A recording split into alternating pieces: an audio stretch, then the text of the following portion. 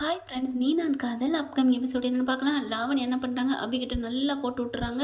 உங்கள் அப்பா வர வச்சு கெஞ்ச பார்க்குறியா, என்னை விட்டு போயிடாதீங்க ராகவ் அப்படிங்கல அபி பார்க்குறாங்க. என்னது எங்கள் அப்பா வந்தார்? ஆமாம், உங்கள் அப்பா வந்து காலில் விழுந்து அழுது கெஞ்சி கேட்டார்.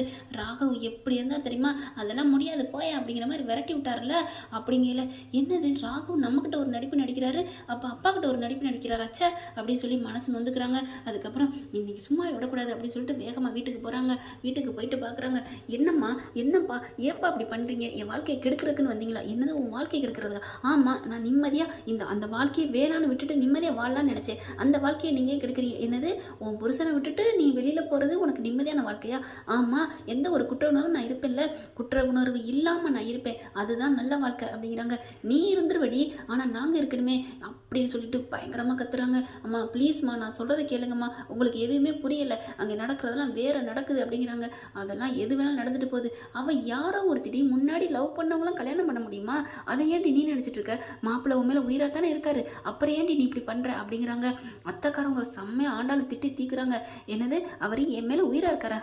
எங்கே உயிராக இருக்காரு? சும்மா நடிக்கிறாரு அப்படிங்கல. என்கிட்ட கெஞ்சுறாரு, ஆனால் உங்ககிட்ட திட்டுறாருல. என்னது மாப்பிள்ளை திட்டினாரா? யார் சொன்னா? ஏப்பா நீங்கள் ஆஃபீஸ் வந்திருக்கீங்களா, உங்களை திட்டலையா, பயங்கரமாக அசிங்கப்படுத்தி அனுப்பலையா அப்படின்னு கேட்குறாங்க. என்னது அசிங்கப்படுத்தி அனுப்புறாரா? யாருமா சொன்னா அப்படிங்கிறாங்களா. என்னப்பா என்ன சொல்கிறீங்க? அங்கே லாவணியா தான் சொன்னால் அவர் ரொம்ப உங்களை அசிங்கப்படுத்தி அனுப்புனாங்க. என்னம்மா இதுதான் நீ தப்பாகவே புரிஞ்சு வச்சுட்ருக்க. அந்த மாப்பிள்ளை தங்க கம்பிமா என்கிட்ட அவ்வளோ அழுதாரு. நான் அபியை விட்டுட்டு என்னால் இருக்க முடியல, அபி தான் எனக்கு உலகம், அவள் தான் எனக்கு உயிர், நான் என்ன மாமா பண்ணுவேன்? அவள் புரிஞ்சிக்கவே மாட்டேங்கிறா மாமா, நீங்கள் சொல்லுங்கள் மாமா, அபி என் கூட இருக்கணும் மாமா, நான் எப்போவோ மதுவை விரும்பினேன், அதை போய் இப்போ பிடிச்சிக்கிட்டுதுங்கிறா. எனக்கு அபி தான் முக்கியம்னு எம்பிட்டு அழுதாரு. என் காலில் விழுகாத ஒன்று தான், மற்றபடி அவ்வளோ உயிரை கெஞ்சினாரு, நீ அவர் போய் பேசுறியா அப்படின்னு சொன்னதையோட அபி பார்க்குறாங்க. என்னப்பா சொல்கிறீங்க, அவர் உங்ககிட்ட அவ்வளோ கெஞ்சினாரா? அப்படியே லாவணி அப்படி சொன்னா, இதுலேருந்தே உனக்கு தெரியலையா உங்கள் ரெண்டு பேரையும் பிரிக்க நினைக்க சதி நடக்குதுன்னு? ஏன்டே இப்படி பண்ணுற? இத்தனை நாள் இல்லாதவ இப்போ ஏன் வரணும்? திடீர்னு வந்து உங்களை பிரிக்க தாண்டி பண்ணுறாளுங்க. அவளுக்கு ஏதோ சதி பண்ணுவாளுங்க, இப்படி பொய்ய சொன்னாலுங்க, இன்னும் என்ன வேணாலும் உனக்கு சொல்லிக்கலாம்ல அப்படிங்கலாம் யோசிச்சு பார்க்குறாங்க. ஆமல்ல, அப்போ அந்த அவசனானது அதுவும் பொய்யா இருக்குமோ அப்படின்னு நினைக்கிறாங்க. ஒன்றும் புரியலையே முருகா, எனக்கு ஒரு நல்ல வழியை காமியே அப்படிங்கிறாங்க. அவர் அப்போ என்கிட்ட நடந்த மாதிரி தான் அப்பா கிட்டே நடந்திருக்காரு அப்படிங்கல. சொல்லுடி, என்ன பண்ண போகிற?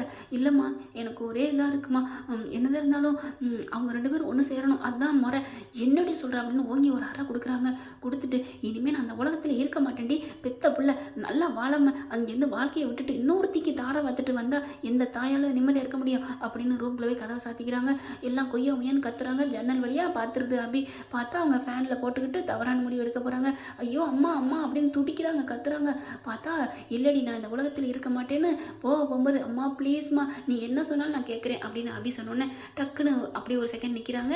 தவறான முடிவுலேருந்து முடிவை எடுத்துடுறாங்க, மாற்றம் கொண்டாந்துட்டு அப்போது நான் என்ன சொன்னாலும் நீ கேட்பியா அப்படிங்கிறாங்க. அபி அம்மா கேட்குறேம்மா, நான் முதல்ல நீ அதை விட்டு இறங்குமா அப்படிங்கிறாங்க. இல்லை நீ கேட்குறேன்னு சொன்னால் நான் இறங்குறேன். அம்மா கண்டிப்பாக நீ சத்தியம் பண்ணு, சத்தியமாக கேட்குறேன், நீ இறங்கி வா அப்படிங்கல. இறங்கி வந்துடுறாங்க, கதவை திறக்கிறாங்க.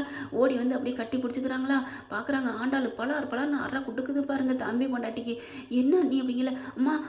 அம்மாவை அடிக்காத, நீ சும்மா இருடி, நான் அடிக்கிறது கோபத்தில் அடிக்கலை, ஆதங்கத்திலையும் பாசத்துலையும் அடிக்கிறேன்டி. யாரும் உயிரை விட்டுருந்தா என் தம்பி என்னடி பண்ணியிருப்பான், நானுமே என்னடி பண்ணியிருப்பேன், எனக்கு ஆதரவாக ஆலமரமாக இருக்கிறதே இவ்வளோ தானடி, ஏன்டி இப்படி எங்களை விட்டு போக தெரிஞ்சா அப்படின்னு அவங்க அம்மா பிடிச்சி திட்டுறாங்க அபி அம்மாவை.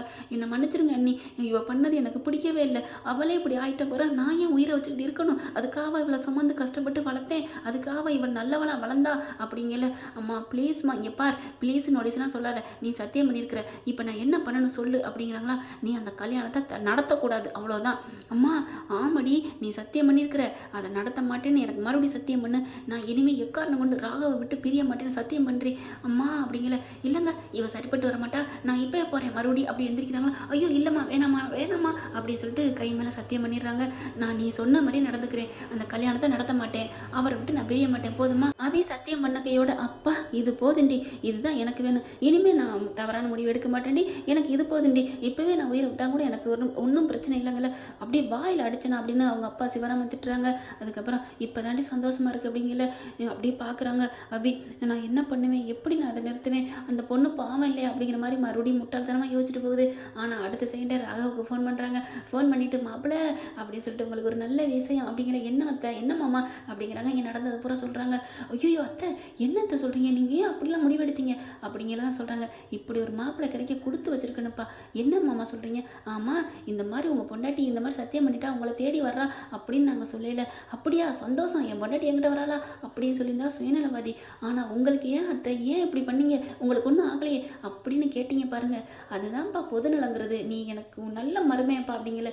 என்ன மாமா, உயிரை விட போகிறான்னு சொன்னா அது என்னன்னு தானே கேட்போமே ஒழிஞ்சி, அவள் வர்றான்னு சொல்லிட்டீங்க, அப்புறம் என்ன, என் பொண்டாட்டி என்னை தேடி வர்றா, சந்தோஷம் சந்தோஷம் அப்படின்னு. தேங்க்யூ மாமா, தேங்க்யூ அப்படிங்கிறாரு. பரவாயில்லப்பா, இனிமேல் அபி உங்களை வந்து அந்த பொண்ணுக்கு தாலி கட்டுங்கன்னு சொல்லி கம்பல் பண்ண மாட்டா. அதுக்கு தகுந்த மாதிரி நீங்கள் நடந்துக்கங்கப்பா. என் பிள்ளை எதுவுமே தெரியாத பிள்ளைப்பா, பார்த்து இருந்துக்கங்கப்பா அப்படிங்கிறாங்களா. நான் பார்த்துக்கிறேன், என் அபியை பற்றி எனக்கு தெரியாத மாமா அப்படிங்கிறாங்க. ஓகே ஃப்ரெண்ட்ஸ், பார்க்கலாம் என்ன நடக்க போகுதுன்னு. இந்த பதிவு உங்களுக்கு பிடிச்சிருந்துச்சுன்னா உங்கள் பொண்ணான கையில் ஒரு லைக்கை போட்டு சப்ஸ்கிரைப் பண்ணிடுங்க. Thank you friends.